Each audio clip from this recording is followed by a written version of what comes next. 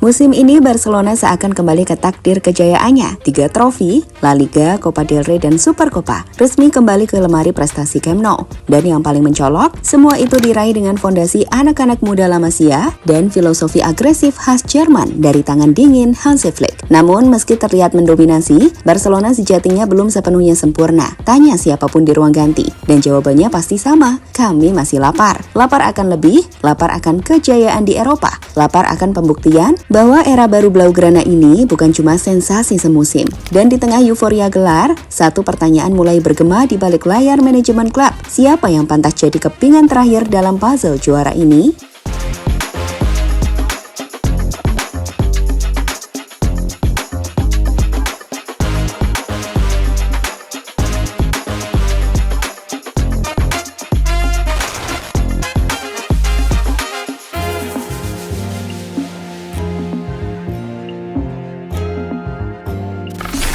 Di tengah tekanan finansial dan minimnya manuver transfer, Barcelona tak panik. Alih-alih membeli bintang mahal, mereka kembali menoleh ke akar La Masia. Hasilnya luar biasa. Lamine Yamal, sang wonderkid berusia 17 tahun, kini jadi simbol revolusi tim. Bukan cuma jadi pelengkap, Yamal mencetak 18 gol di semua kompetisi, termasuk gol spektakuler yang jadi penentu gelar La Liga.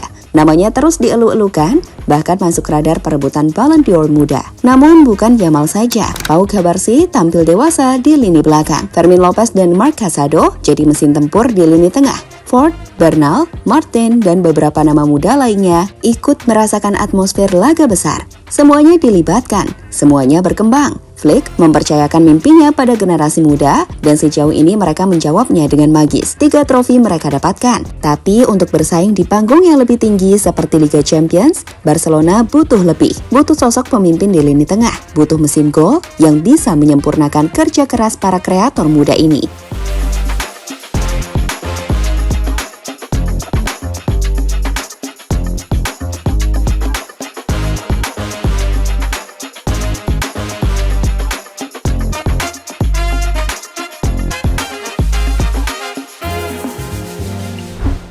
Dan untuk melangkah lebih jauh, khususnya di Eropa, tim ini masih butuh sentuhan tambahan. Saat ini di lini depan, Lewandowski memang masih tajam, tapi usianya tak bisa dibohongi. Mobilitasnya mulai menurun, dan dalam beberapa laga besar, Flick terlihat kesulitan menemukan plan B ketika sang striker utama terisolasi. Barcelona butuh opsi baru di lini depan, bukan hanya pelapis, tapi pesaing yang bisa jadi pembeda. Dan dari sekitar banyak opsi di bursa transfer, beberapa nama mulai muncul ke permukaan. 2 di antaranya bahkan terang-terangan menginginkan Barcelona. Mereka adalah Luis Diaz dan Marcus Rashford. Luis Diaz, winger lincah milik Liverpool, sudah lama menyimpan mimpi bermain di Camp Nou. Bahkan diketahui, dia sudah memfollow akun Instagram Barca dan Messi. Bahkan, Deco, direktur olahraga klub, menjadikannya prioritas dalam perencanaan transfer. Sementara itu, Rashford jadi alternatif. Situasinya di Manchester United sedang tak menentu, dan sang pemain disebut siap mencari tantangan baru. Barcelona dianggap sebagai pelabuhan ideal untuk menghidupkan kembali karirnya yang sempat meredup. Namun, harga mahal dan beban gaji membuat transfer keduanya sulit direalisasikan. Terlebih, keuangan klub belum sepenuhnya stabil. Solusi harus dicari, dan itu tak bisa asal pilih. Barcelona butuh pemain dengan efisiensi tinggi, produktivitas teruji, dan bisa langsung nyetel dengan sistem Flick. Dan ketika semua fokus mulai bergeser, muncul satu nama dari Liga Portugal yang tiba-tiba jadi primadona, Victor Gyökeres.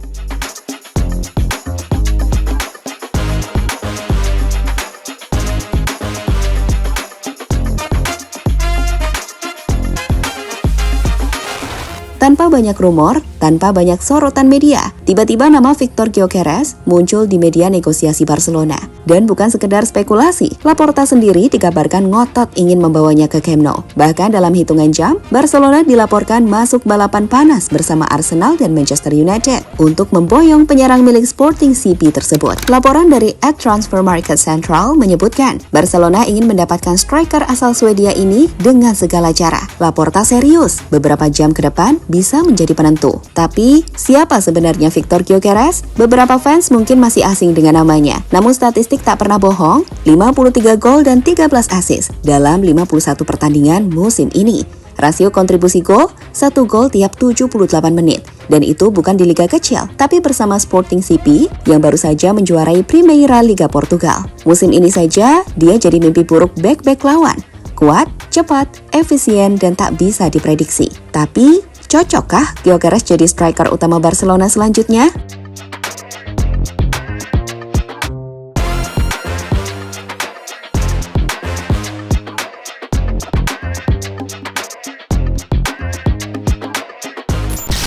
Viktor Gyökeres dan gaya bermainnya.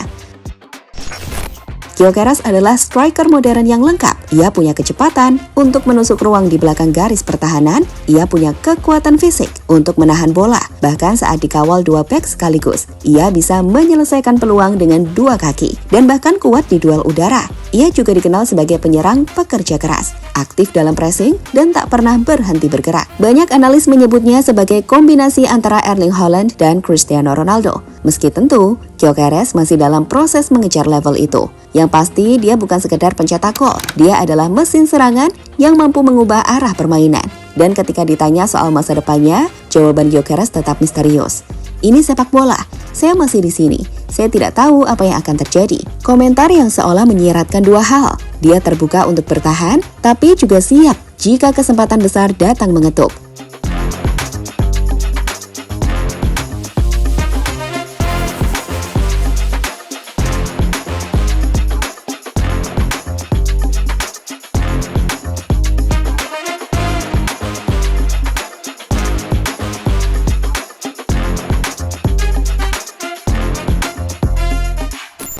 Taktikal, Gyökeres kepingan yang cocok untuk sistem Flick.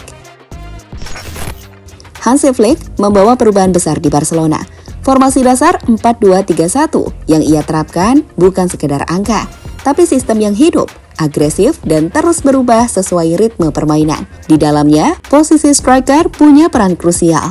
Dan di titik inilah, Viktor Gyökeres terlihat begitu cocok. Ia bisa bermain sebagai striker tunggal yang berdiri paling depan. Tapi bukan hanya dia menunggu bola, ia aktif membuka ruang, menarik bek lawan, bahkan turun ke tengah untuk menyambut bola dan langsung melepaskannya ke sisi sayap, menciptakan transisi cepat ke Rafinha atau Yamal. Dalam situasi ditekan, Gyökeres bisa menahan bola, memberi waktu rekan setim naik, lalu melepaskan umpan ke area kosong. Ia juga memiliki kemampuan hold up play. Inilah yang sangat Flick butuhkan saat melawan tim dengan garis pertahanan tinggi. Tapi bukan cuma itu, Gyökeres juga sangat berbahaya saat berlari di belakang garis pertahanan. Kecepatannya dikombinasikan dengan insting timing yang matang, membuatnya menjadi ancaman konstan dalam skema umpan vertikal.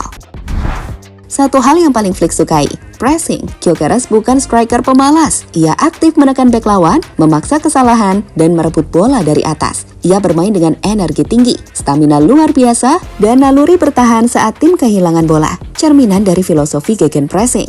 Dan ya, dia bisa mencetak gol dengan dua kaki sama baiknya. Kaki kanan tajam, kaki kiri tak kalah mematikan. Fleksibilitas ini akan membuka banyak skema serangan yang sebelumnya tak dimiliki Barcelona.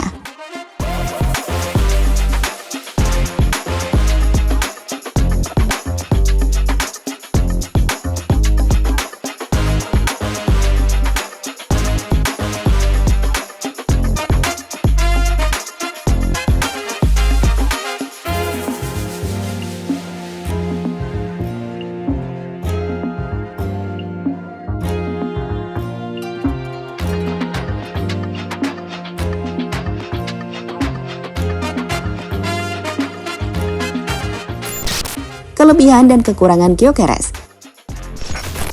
Tak ada pemain yang sempurna, tapi dalam kasus Viktor Gyökeres, kelebihannya terlampau mencolok untuk diabaikan, terutama bagi tim seperti Barcelona yang sedang membangun era baru. Kelebihan pertama adalah finishing dua kaki dan akurat. Gyökeres bisa mencetak gol dari berbagai situasi, kaki kanan, kaki kiri, bahkan sundulan. Ia punya power dan akurasi yang mematikan. Gol-golnya tak hanya banyak, tapi juga beragam dan teknikal. Kedua, kombinasi kuat dan cepat. Dengan tinggi 1,87 meter, dia tidak cuma jadi target man. Dia juga punya kecepatan untuk menusuk ruang dan menyulitkan bek lawan dalam situasi transisi cepat. Hal yang sangat dibutuhkan dalam skema vertikal ala Hansi Flick. Lalu, pressing and work rate. Ia pekerja keras, aktif menekan bek lawan, memutus alur distribusi bola, dan merebut bola dari atas. Dalam sistem gegenpressing yang menuntut intensitas tinggi, dia adalah pion ideal. Kemudian juga cerdas dalam gerak tanpa bola. Ia punya insting tajam dalam mencari ruang, khususnya di area penalti. Gerakannya kerap berada di blind side back tengah. lalu tiba-tiba muncul untuk menyambut umpan silang atau cutback. Terakhir, konsistensi dan ketajaman tinggi. Musim ini, 53 gol plus 13 assist dari 51 laga. Rasio keterlibatan gol hampir 1,3 per laga. Angka yang tak bisa diremehkan siapapun, termasuk klub-klub top Eropa. Namun, ia juga memiliki kekurangan, seperti pada ball playing dan umpan pendek. Gyökeres bukan playmaker. Dalam tekanan, passingnya kadang tidak konsisten. Ia masih perlu berkembang dalam permainan kombinasi pendek, terutama saat ditekan ketat di sepertiga akhir. Ia juga tidak terlalu elegan saat build up. Meski kuat dalam hold-up play, dia bukan tipikal striker yang bisa mengatur ritme atau jadi pemantul elegan seperti Benzema. Perannya lebih sebagai pelari dan penyelesai akhir. Tapi, kekurangan ini bisa ditutupi oleh kreator seperti Pedri, Dani Olmo, atau Yamal yang akan menyuplai bola. Dengan sistem yang mendukung, Gyökeres tak perlu jadi pengatur, cukup jadi eksekutor berdarah dingin.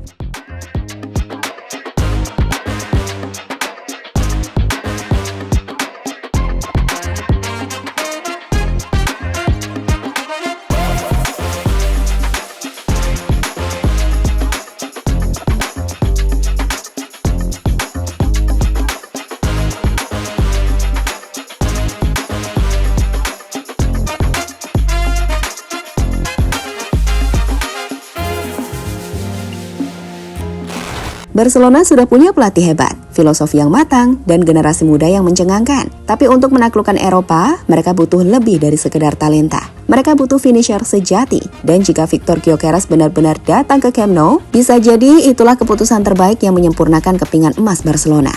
Bukan hanya untuk musim depan, tapi untuk membuka era kejayaan yang benar-benar baru. Kalau menurut kalian, cocok nggak Gyökeres jadi striker utama Barcelona? Tulis pendapatmu di kolom komentar dan tag teman yang harus tahu ini.